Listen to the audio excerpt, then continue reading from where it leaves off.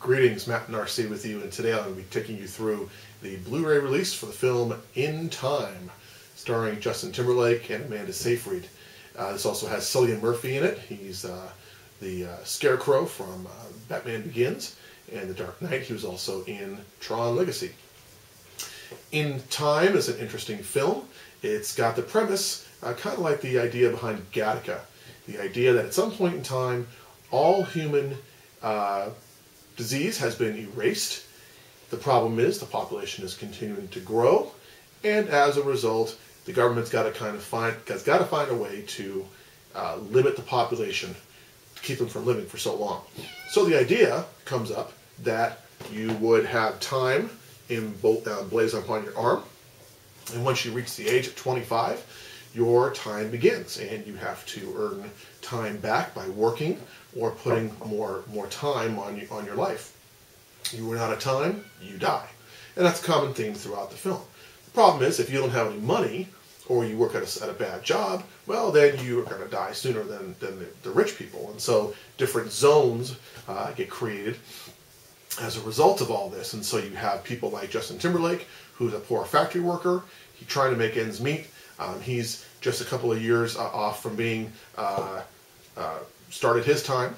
His mother, played by Olivia Wilde, is supposed to be around 50, but she's also had her looks frozen at 25. So everybody in this movie is at the age of 25. And then you have different people who have lived for different periods of time.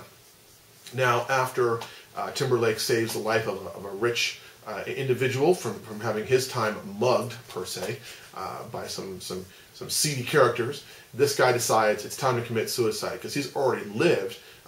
He's 105 in real time, and he has another 100 years. So rather than doing that, he gifts all of his time to Timberlake, and you basically gift time by making contact with someone else's wrist, and you can give time to them. Unfortunately, the police, Cillian Murphy, the time police, don't believe him, and so there's a massive manhunt that ensues to get the time back.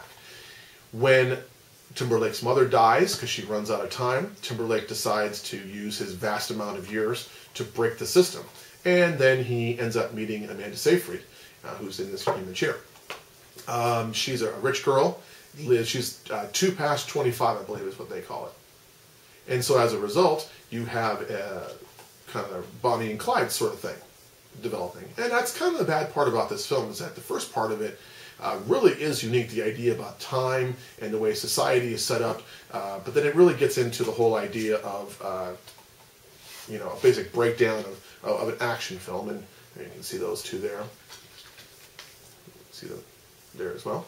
Cillian Murphy's pretty cool in it. He plays a hard cop. He's been doing copping for a long time, 50 years, and so he knows people, quote unquote, like Justin Timberlake, and so, as I mentioned before, this film was interesting at the beginning. As it gets through the film, there's certain realizations that Timberlake and other people make, that no matter how much time he tries to steal for the poor people who live in his community, as opposed to from the rich people in the other zones, it doesn't matter. They're still going to lose time. And that's really where the film kind of jumps it. At that point in time, someone would have said, okay, let's just break the whole system and get time for everybody. But they just keep on stealing time. And so there's no real ending to the film other than, he's going to go out and continue to do this along with Amanda Seyfried. I didn't really like the interaction between the two characters. I thought the idea, as I said before, was kind of interesting, but it does kind of fall apart at the end.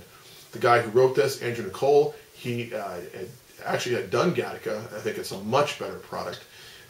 This DVD has very little special features in it. It's got a special feature down here called The Minutes, and it's basically a real-time sort of experience from the actors playing their roles and kind of introducing the movie from that perspective.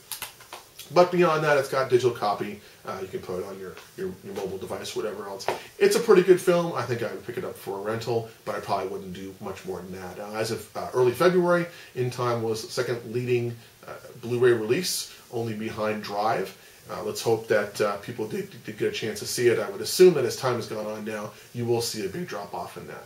So I give it kind of mixed reviews. I'd say if you have a chance, pick up something a bit better. If you're on Twitter, you can check me out at the address listed below. I also write for a website called onepercase.net, where we write about all things nerdy and all things awesome. So please check us out there. This is Matt and RC. Peace.